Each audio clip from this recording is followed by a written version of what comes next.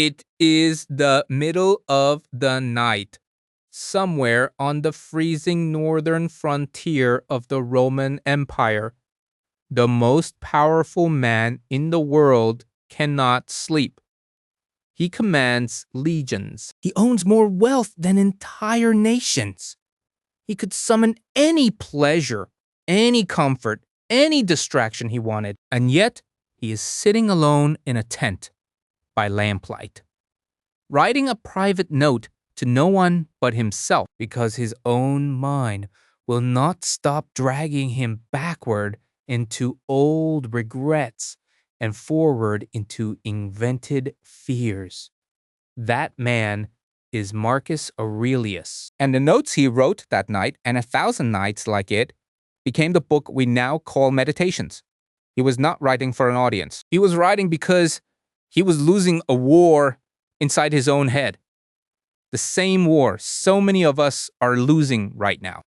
Think about your own nights. You lie down, exhausted, and instead of resting, your mind starts replaying a conversation from 6 years ago, or rehearsing an argument that has not even happened yet. You are lying in a comfortable bed, completely safe, and yet you are suffering in two places at once: a past you cannot change and a future you cannot control. The only place you are not living is the one place you actually exist. This was Marcus Aurelius's exact diagnosis of the human condition, written almost 2,000 years before anyone had a word for anxiety or rumination. He ruled an empire, fought wars, buried children, and survived plagues. And through all of it, he kept returning to the same private struggle. How do you actually live in the only moment you are ever given?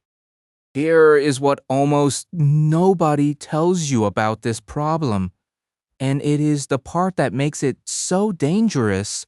Your mind is not malfunctioning when it does this. It is doing exactly what minds are built to do: scan the past for danger, scan the future for threat. The trap is that this ancient instinct now runs constantly, aimed at things that cannot hurt you anymore and things that have not happened yet. Marcus understood that this was not a flaw to manage with willpower alone.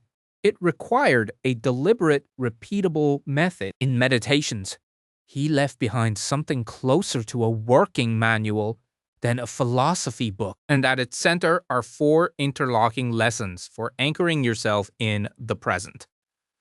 Let's walk through all 4 in his own words. The first lesson is about where to look when the world feels like too much. Marcus, remember, was an emperor. He had access to every luxury available in the ancient world: villas on the coast, mountain retreats, gardens built purely for escape. And he noticed something honest about himself and about people in general. He wrote, "Men seek retreats for themselves, houses in the country, seashores and mountains. And thou too art wont to desire such things very much. But this is altogether a mark of the most common sort of men. For it is in thy power, whenever thou shalt choose to retire into thyself." Read that again. He is not condemning vacations. He's pointing out a quiet trap. We believe peace is a destination. Somewhere we have to travel to escape our circumstances. But Marcus argues that the deepest retreat available to any human being is internal, not geographic. You do not need a beach. You need 10 honest minutes with your own mind, free of the noise you have allowed to pile up around it. This is lesson 1. The present moment is always accessible because it lives inside you. The second lesson explains why clinging to the past or fearing the future is, quite literally, a losing strategy because of what time actually is. This is where Marcus offers one of the most quoted lines in all of Stoic literature. He wrote, "Time is like a river made up of the events which happen, and a violent stream For as soon as a thing has been seen, it is carried away, and another comes in its place, and this will be carried away too.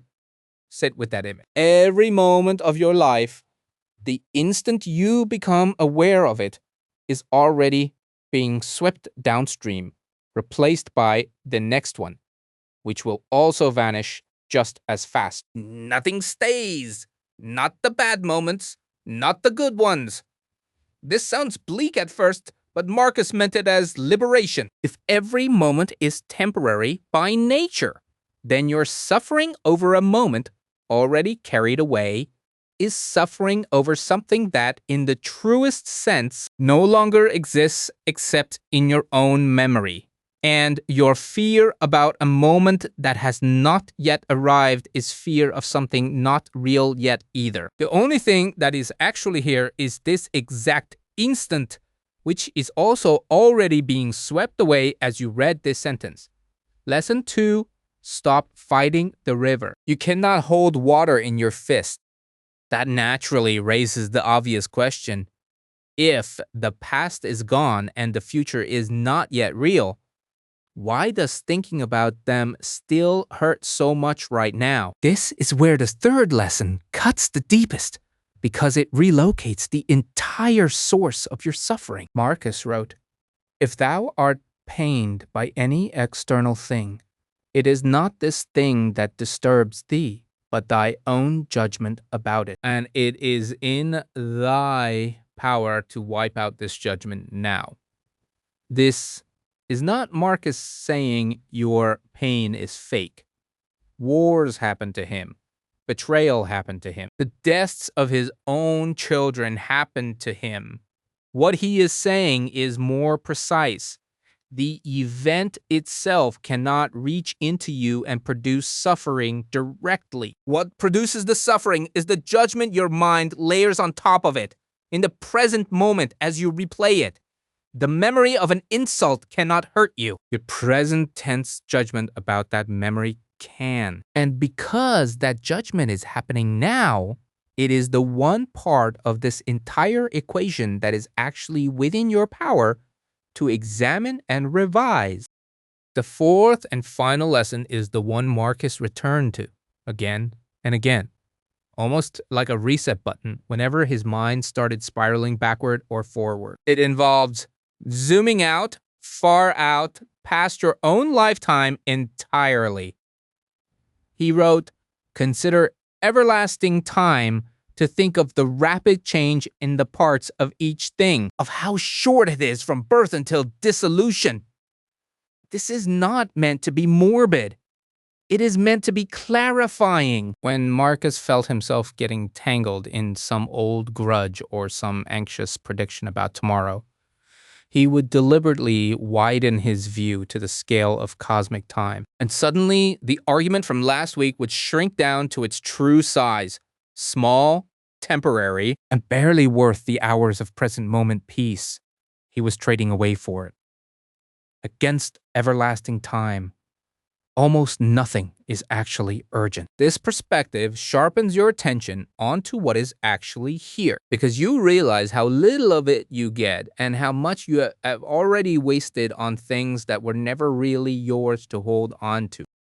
Put these 4 lessons together and you get something that looks less like abstract philosophy and more like a daily practice. Retire into yourself instead of waiting for a vacation to feel okay.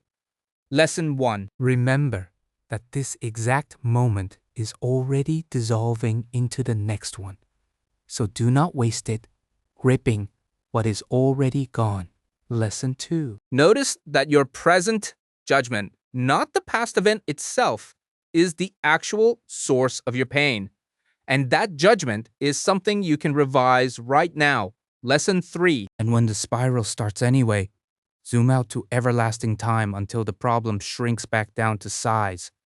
Lesson 4. Marcus was not writing this for readers 2,000 years later. He genuinely needed it every single day to survive the pressure of ruling an empire while his body was failing and his world was falling apart around him. So Here is the practice for this week. Distilled from an emperor's private notebook. The next time you catch your mind drifting into a regret or a rehearsed argument, pause and ask which of the 4 levers you need to pull. Retire into yourself rather than waiting for perfect circumstances. Remember that this moment is already being carried downstream, so gripping it tighter only wastes the one you are actually in. Examine the judgment you are layering onto an old event, since that judgment, not the event, is what is hurting you right now. Or zoom out to everlasting time and watch the size of your worry shrink. You will not master this in a day. Marcus did not either. He was still writing about it on what may have been the final nights of his life. But every time you choose the present moment over the river of past and future you cannot control, you are practicing the exact discipline that let a Roman emperor stay sane while holding the weight of the known world. If this gave you something to carry into your own week, subscribe to the channel for more Stoic philosophy drawn straight from the primary texts. And if you have ever wondered how the Stoics dealt with anger when someone wrongs you directly, that is exactly where we are headed in an upcoming video. Until then, stay angered and stay stoic.